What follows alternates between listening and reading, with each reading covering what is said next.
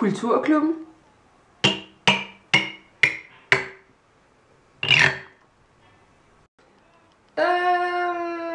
Philip, skal du eller jeg begynde?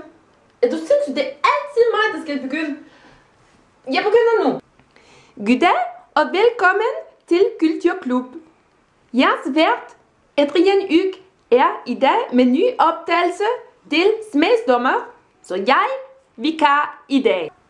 Smagsdommer. Det er et dumt program. Er det et dumt program? Det synes jeg ikke, man kan tillade sig at sige. Men det er også et spændende program, ligesom Kulturklubben er. Og i dag skal vi tale om accent. Ja, vi skal tale om kedeligt emne, det er accent. Jeg har altid sagt, at du skal ikke tale om accent, du taler med accent. Det er sjovt. Og vi skal have 3 kedelige gæster. Ja, vi skal have 3 gæster, og de er... Det er nogen, du har inviteret, Philip. Du har styr på, hvad de skal og kan. Ja, jeg har styr på det. Tid stille, og lad os komme til sagen. Ja, lad os komme til sagen. Velkommen til Kulturklubben. Allerførst, vi skal hilse på russisk sangerinde Rima Prima. Да, mit navn er Rima Prima. Jeg skal synge en sang for dig.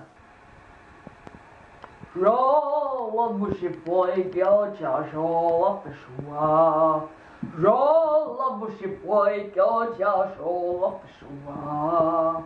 Rolla peshua gyochi amo. No momento me deixa mudar. Rolla peshua gyochi amor. No momento me deixa cuidar.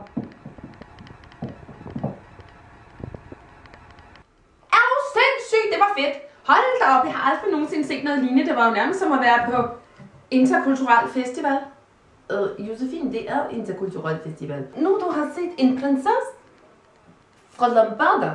Nu du skal se en virkelig prinsesse. Goddag, Philip. Tak for, at jeg må være på dit program. Du taler om accent. I Tasmania, vi har et ordsprog, der hedder: You can talk to whoever you want, but you are not Rama.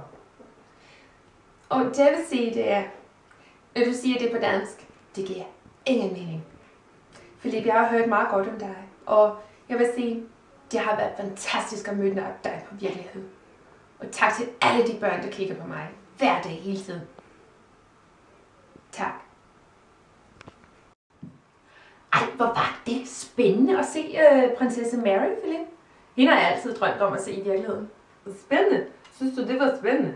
For mig, det er hverdag, okay? Jeg møder kun kongelige mennesker, kendte mennesker. Ja, så du er ikke sønderlig imponeret over prinsesse Mary? Nej, faktisk, jeg er lidt skuffet. Men næste gæst, det er...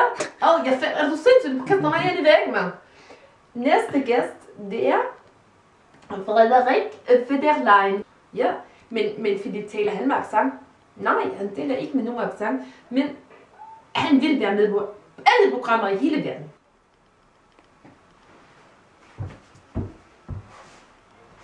Nå, er det her showet er?